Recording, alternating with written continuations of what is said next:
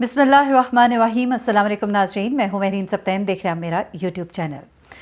नाज़रीन, दो वाक़यात हैं और इंतहाई अफसोसनाक वाक़यात हैं। एक वाक़या कसूर से और दूसरा वाक़या जो है वो ओकाड़ा से है। पहले तो मैं इस ओकाड़ा वाले वाक़ये की तरफ आ जाती हूँ, जहाँ पर ज़िंदगी साथ गुजारने और साथ जीने, साथ मरने की कस्में खाने वाले जोड़े ने नहर में छलांग लगा दी, इसलिए कि घर वाले उनकी शादी के लिए मान नहीं रहे थे। लेकिन ये लड़का जो है ये बड़ा ही चालाक निकला। ये लड़का जो है ये तैरना जानता था, लेकिन जो लड़की थी वो तैरना नहीं जानती थी। इसने बड़े वादे अहद व पैमान इस लड़की के साथ बांधे, और जब दोनों ने कोशिश की कि घर वाले मान जाएं, शादी के लिए राज़ी नहीं हुए। पहले तो मैं इनका बता दूं, ये समंदरी से इस लड़के का ताल्लुक़ है, नाम इसका मोहम्मद अली है, जबकि फैसलाबाद की ये गुलाम ज़ोहरा है और इसका ताल्लुक़ ओकाड़ा के इसका ताल्लुक़ जो है फैसलाबाद से है। और इन दोनों ने जाके छलांग मारी ओकाड़ा के इलाका है रिनाला खुर्द, वहाँ की नहर में। अब ये जो लड़का है, जब इस लड़की ने इसको कहा कि ठीक है, हमें ये लोग साथ जीने मरने नहीं देते, साथ जीने नहीं देते, तो चलो हम साथ मर जाते हैं। तो अब जाहिर सी बात है, वो लड़का इसको ये तो नहीं कह सकता था कि पीछे मुड़ जाओ। उसने भी इसको दिखाया कि मैं तो तुमसे बड़ी मोहब्बत करता हूँ, और इसने उसको कहा कि चलो हम खुदकुशी कर लेते हैं। अब इस लड़के ने चालाकी इसकी देखी है कि इसने खुदकुशी का तरीका इसको ये नहीं कहा कि हम कोई जहर की गोली खा लेते हैं या हम पंखे से लटक जाते हैं। इसने इसको कहा कि नहर में कूद के हम जान दे देते हैं। लड़की राज़ी हो गई। ऐसी होती हैं बेवकूफ़ की लड़कियां। और उसके बाद इन दोनों ने इस नहर में छलांग लगा दी। छलांग लगाने के बाद इस लड़की को तो तैरना नहीं आता था, अलबत्ता ये लड़का जो है ये तैरना जानता था।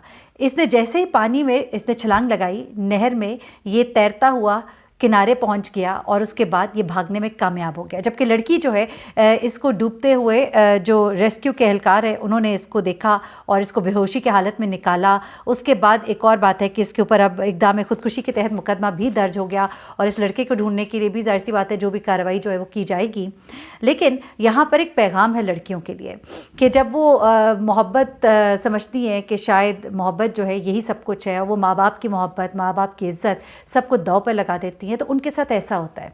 उनके साथ ऐसा होता है जैसा इस लड़की के साथ हुआ, जिसने ख़ुदकुशी के लिए अपने आप को राज़ी किया। एक हराम मौत। आप क्या समझते हैं कि इस दुनिया के झंझटों से या मुसीबतों से आपको आज़ादी मिलेगी? हरगिज़ नहीं। वहाँ की मुश्किलात, वहाँ की सख्तियाँ तो और भी सख्त है, और ख़ास तौर पे एक ऐसी हराम मौत जिसके बाद कोई बख्शिश ही नहीं है। और आप माँ बाप की इज़्ज़त को दांव पर लगा के जब ऐसे करते हैं तो फिर ऐसे लड़के मिलते हैं जिसने उसको खुदकुशी के लिए आमादा किया, यानी कि उसे जान छुड़ाने की कोशिश की एक तरह से, कि इस लड़की से मेरी जान छुट जाए, ये तो मेरे पीछे ही पड़ गई है, ये तो कहती है शादी करो, नहीं शादी तो फिर साथ मरते हैं। तो चलो ठीक है, मैं तो ऐसा नहीं मरूंगा, मुझे तो तैरना आता है। जाहिर सी बात है, जिसको तैरना आता है वो तो तैर के साइड पे पार लग जाएगा। वो पार लग गया, ना सिर्फ पार लग गया बल्कि उसके बाद भाग भी गया। ये इस लड़की की किस्मत थी। और इस लड़की ने होश में आने के बाद बताया कि वो लड़का जो है वो, उसको मैंने नहर को तैरते हुए देखा है, नहर को क्रॉस करके वो पार लग गया है, वरना ये लोग तो उस लड़के की बॉडी भी ढूंढ रहे थे। तो ये सब कुछ होता है कि जब आप इस तरह से माँ बाप की इज़्ज़त को दांव पे लगाते हैं। अच्छा, एक और ख़बर जो है वो ओकाड़ा से, माज़रत के साथ, वो है कसूर से। कसूर में एक संगदिल बाप, इस शख्स की अपनी बीवी के साथ लड़ाई झगड़ा हुआ और इसने उसे मारा पीटा, और इन दोनों की आपस में तू मैं हुई, और बीवी ने कहा कि मैं घर छोड़ के चली जाऊंगी। और उस शख्स को जब और कुछ समझ नहीं आई कि अगर ये घर छोड़ के चली जाएगी तो जो इसकी ये 5 औलादें हैं, मैं इनको कहाँ से खिलाऊंगा, कहाँ से पिलाऊंगा, मैं इनका कहाँ से ख्याल रखूँगा। और उसने उसका एक आसान सा हल सोचा, बहुत ही आसान सा हल उसको जो समझ आया। उसने अपने 5 बच्चे अपने साथ लिए, जिनमें इसकी बेटियाँ थीं, 2 बेटियाँ थीं और 3 इसके बेटे थे। और इन 5 बच्चों को लेकर वो नहर पर गया, और नहर पे जाके उसने इन 5 बच्चों को धक्का मार दिया और इन 5 को इसने पानी में फेंक दिया, जिसमें इसकी एक 7 साल की बेटी थी, एक 3 साल की बेटी थी, एक 5 साल का बेटा था। अब ये बच्चे जो है, इनमें से 2 जो है बच्चे, उनकी लाशें जो है वो मिल गई हैं, जबकि 3 बच्चों की लाशें अभी नहीं मिली। रेस्क्यू की वहाँ पे ऑपरेशन हो रहा था, लास्ट जो मुझे तलात मिली थी उसके मुताबिक। लेकिन ये शख्स जो है, इसे गिरफ़्तार भी कर लिया गया। लेकिन हमारे माशरे का अलमिया देखिए कि किस किस तरह के वाक़यात जो हैं वो होते हैं, और किस किस तरह से सिर्फ़ एक कभी भूख इफ़लास, कभी छोटी मोटी लड़ाई, और ये लड़ाइयाँ जो हैं इसके नतीजे में इतने बड़े बड़े स्टेप्स ले लिए जाते हैं। बच्चों को इस तरह से मार दिया जाता है, कभी भूख के इफ़लास के हाथों तंग आकर, कभी इस तरह से लड़ाई झगड़े नाचाकियाँ, हमने इस तरह के बहुत से, एक और ख़ातून पिछले दिनों एक वाक़या था जिसमें अपने 5 बच्चों को लेकर वो रेलवे के ट्रैक पर जाकर लेट गई थी कि हमारे पास घर में खाने को कुछ नहीं है।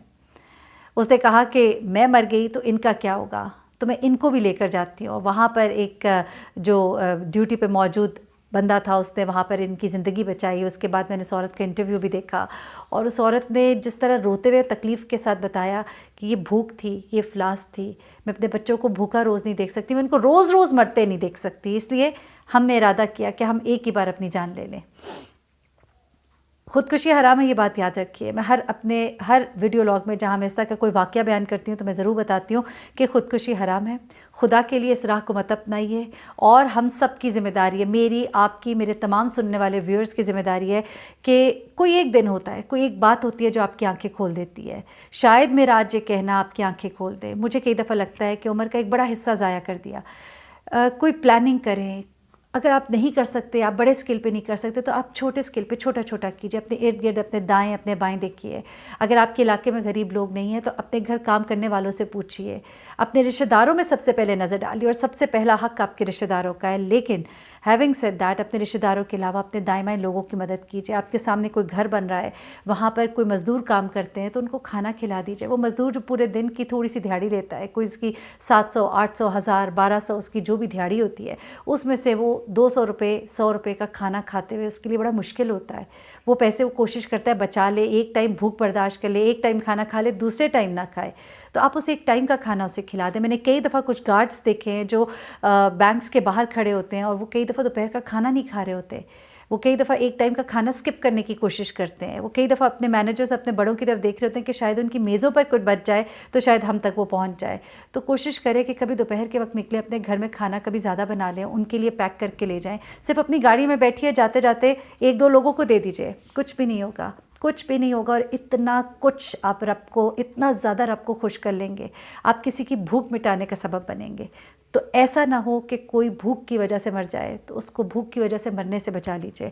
और ये लोग जो संगदिली का मुजाहरा करते हैं, जैसे ये संगदिल बाप है, ये शख्स जो है इसने सिर्फ आसान हल ढूंढा कि मेरी ज़िंदगी क्यों मुश्किल में, और अपने बच्चों को उसने जाके इन मासूमों को किस तरह से उसने पानी में फेंक दिया। और ये जो बच्ची जिसने अपनी माँ बाप की इज़्ज़त को अपने पैरों तले रौंद दिया और ख़ुदकुशी की कोशिश की, और अब उस पर मैंने कहा कि इक़दाम ख़ुदकुशी का मुकदमा बनेगा। वो लड़का जिसने उसको धोखा देकर बताया कि तुम जैसी लड़कियों के साथ ऐसे होता है। कोशिश करें माँ बाप राज़ी हो जाएं। ये तरीका नहीं है कि आप अपनी, उनकी, सबकी इज़्ज़त को मलियामेट कर दें। और ये देखिए, ये आपके लिए एक मिसाल है और इस तरह कई लड़कियों के साथ होता है। मैंने कई वीडियोस की पहले भी, जिसमें एक लड़की जो है वो अपने माँ बाप को नाराज़ करके, उसकी वीडियो भी बहुत वायरल हुई थी, जिसमें उस लड़की के साथ उस लड़के ने शादी की। कराची से वो लाहौर आया, लाहौर से माज़रत के साथ कराची आया। कराची में उसको हफ्ता एक होटल में रखा और उसके बाद उस लड़की के पास जितनी जमा पूंजी थी उसने मोहब्बत में आके उस लड़के को दे दी। और उसके बाद वो लड़का जो है वापस अपने शहर रवाना हो गया और वो लड़की जो है वो मुख्तलिफ चैनल्स पर जाके फ़रियादें करती फिर रही थी कि मेरे साथ ये ज़्यादती होगी। और फिर उसने ये भी कहा कि मैंने चूँकि अपने माँ बाप को यूँ नाराज़ किया था तो मेरे साथ ये हुआ। तो वो रिश्ते जो आपके साथ कब से जुड़े पड़े हैं, आपका बचपन से ख्याल रखने वाले आपके माँ बाप, आपको पालने पोसने वाले, उनकी कुर्बानियाँ आप गिन ही नहीं सकते। जब आप माँ बाप खुद बनेंगे तो एहसास होगा। तो एहसास करें उन रिश्तों का, क्योंकि जब आप उन रिश्तों का एहसास नहीं करेंगे तो कोई आपका एहसास नहीं करेगा। और फिर उस वक्त जब आप आंसू बहाएंगे तो आप किस मुंह के साथ अपने रब से दुआ मांगेंगे, या किस मुंह के साथ आप अपने रब से कहेंगे कि मेरे साथ ज़्यादती होगी, क्योंकि आप तो खुद ज़्यादती करने वाले हैं। इस बात का बहुत ख्याल रखिए, अपनी दुआओं में मुझे भी याद रखिए। अल्लाह हाफ़िज़।